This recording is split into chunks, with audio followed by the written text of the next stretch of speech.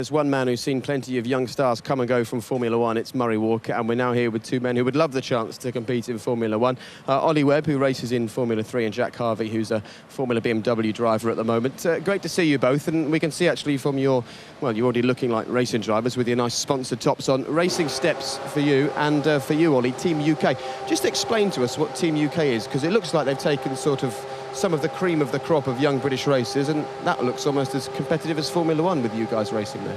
Yeah, exactly. They do rally drivers and race drivers, single-seater drivers, and it's great for us. They take us on many trips to different places and events that teach us things such as media and training, and it really progresses us to hopefully Formula One or World Rally, which is where we want to be. How do you look at your position now, your career? We can see you here actually being off on one of these military training camps. I remember doing that actually way back in '93, which you were probably at nursery at that point. But anyway, do you view where you are now as just another step towards ultimately making a career in racing, or are you just focused fully on trying to win this championship?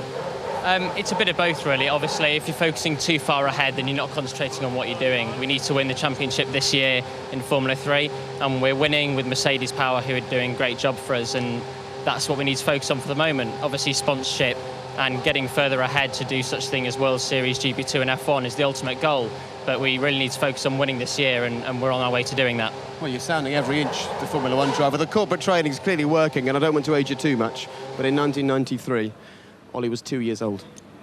Yes. Well, okay. Yeah, you have aged me. Okay, I thought I might do. Jack, let's have a chat with you. You're racing in Formula BMW, and I think it's fair to say probably having the season of your life, actually. Yeah, I've had a great season. I've won 5 out of 9 races and had 8 out of 9 podiums, so can't grumble at the start of the season. Okay, so Valencia and Silverstone are the two standout race weekends for you this season. This is you racing at Valencia. 2 wins there, and then a win at Silverstone. What's changed this year to give you this, do you think? Well, it's my second year in the category, so I've obviously worked on things over the winter. I've got some new personnel in the team, which I think have been, it's been productive having them come back. So there's been a whole host of reasons, really. David? Remind you of your younger days? Yeah, absolutely. I was lost watching the monitor there, because I was just remembering how much fun I had in the junior formula. And I think it is very important that, of course, your end goal is looking towards Formula One, but you have to really cherish each of these experiences.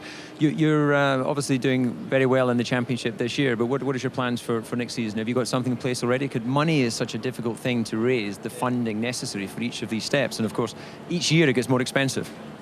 Well, I'm quite lucky. I'm supported by the Racing Steps Foundation, and for next year I got to secure my backing from them as well, so looking to do finish this season well, and hopefully next year I'll be in British Formula 3, but you just got to focus on the here and now, really.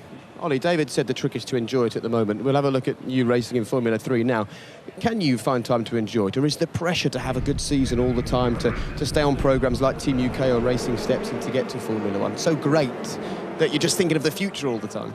Yeah, especially being young, we love what love what we're doing. It's very hard to find a break, even at this category. It may not be Formula One, but the pressure's there. The calendar's very tight. I'm at a racetrack every weekend for the next 9 weeks. But we do find time, and we need to find that time. And when you are relaxed, it seems to be when you perform the best. Okay, quick projection. When are we going to see you both in Formula One? As soon as possible, next few years. 2014, hopefully. Nice. Have you passed your driving test yet? When we last chatted, you were still having your lessons? Something cropped up. I've had to rebook it again. So, no. Yeah. Look at that. Winning races in Formula BMW. Hasn't yet passed his driving test. You're aging the man on my left again. Thank you so much for chatting to us, guys. And I know that it is so competitive. You need so much money, and it's very hard. But we'll keep our eye on your progress. And who knows, maybe we'll be standing outside your garage in a few years.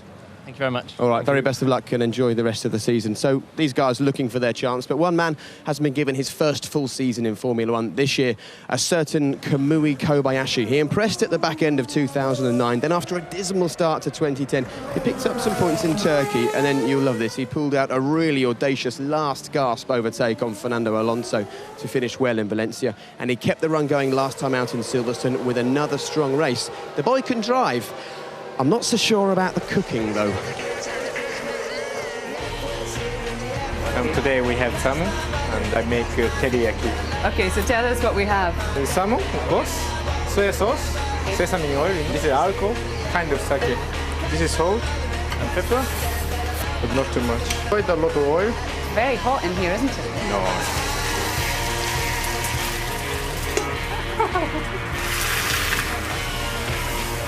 I thought that was a CD player. What's this? It's a rice machine. It's making rice. What time do you normally eat something on race day? 2-3 hours before the racing.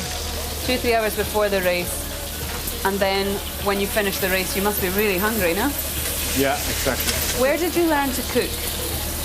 Never. Can I do something? No. Sugar. Spoon.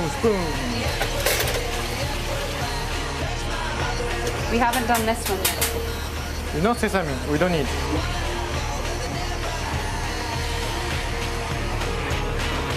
Camille, I hope when you do all this cooking, my job is not going to be washing up all this stuff that you're making. Of course. But they don't have washing machine. When you're at home between races, do you always eat Japanese food? Do you like European food? I like everything, except fish. Except fish. Interesting. Everything except fish, and he decided to make salmon for Lee. Eddie, it was nice actually to chat to those two young guys. They're clearly so keen to get involved in Formula One, but you can testify how difficult it is to get into this sport. Leaving aside the difficulty for one moment, let's give credit where credit is due. These were two very impressive young boys. They've obviously, as you rightly said, all the marketing exploitation doesn't get you good manners and good composure. These boys compliment not just our family but to our sport. Well done to them. Of course it's a difficult ride and a difficult ladder into Formula One. Obviously a lot of people are going to be disappointed because there's only 20 odd of them in Formula One.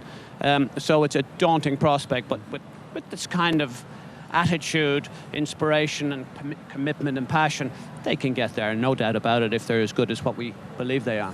Okay, another rookie driver, Karun Jandok's going to be joining us very shortly. He's not racing in Hispania this weekend. We'll find out when he does join us. But actually, Kamui Kobayashi is a prime example of the fact the pressure doesn't ease when you get to